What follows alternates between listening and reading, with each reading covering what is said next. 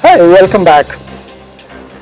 In this video, I'm going to reveal some of the most important and hidden agendas of the fighting countries and unleash the true manipulations used by Israel to drag United States of America into the war and after effects.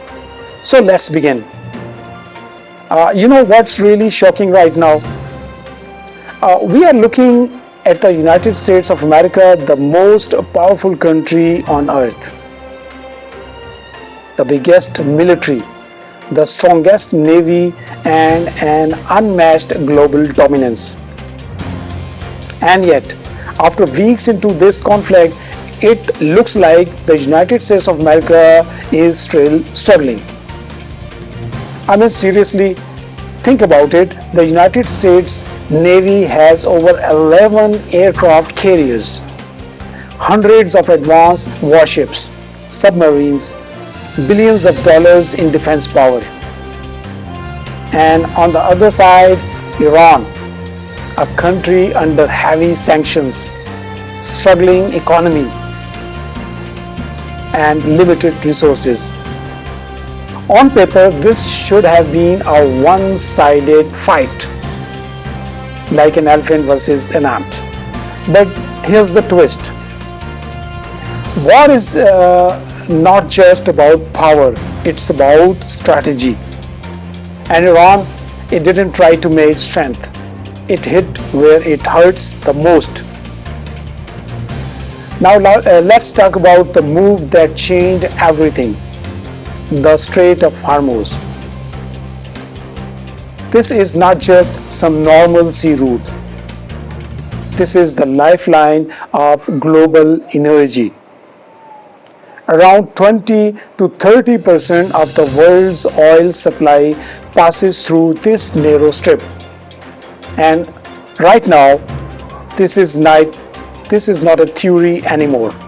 Iran has effectively choked the Strait of Hormuz. Tanker traffic has almost stopped. Ships are stuck, are avoiding the route. Around 20% of the global oil has been disrupted. Oil prices are shooting up. In fact, recent reports show oil prices have surged massively, even crossing $100 to $150 per barrel. Financial Times, and this is being described as one of the biggest energy shocks since the 90s, 70s. So now, this is no longer just a regional war. This is a global economic crisis in motion. Fuel prices go up, transport costs go up, inflation rises, some markets shake, and every country from Asia to Europe start feeling the heat. And here's the scary part. Iran didn't need to fight ship versus ship. They simply controlled a geographical choke point. The strait itself is only about 33 kilometers wide, and Iran sits right next to it, meaning they are in the perfect position to control or block it wherever they want. Now the big question is, was this planned? Honestly, it really looks like it, because this is not a random move. This is a calculated strategy. Iran knew from day one, if things escalates, we hit the global oil supply. And they did exactly that. But here's where things get even more interesting. The United States of America already knew this risk. For years, analysts and military experts have warned, if Iran is pushed too far, they will choke the Strait of Hormuz. So now, the question becomes, if the United States of America knew this was coming, then why does it still look like they are reacting instead of controlling the situation? And now, this war is not just military anymore. it's political. And things inside the United States are starting to crack. A major shock came when Joe Kent resigned from his position. And he didn't stay quiet. Some major headlines are saying from people.com, United States counterterrorism chief resigned in protest of Trump war. Says Israel deceived. Trump and military times reported top Trump officials resigns over Iran blaming Israel for march to war.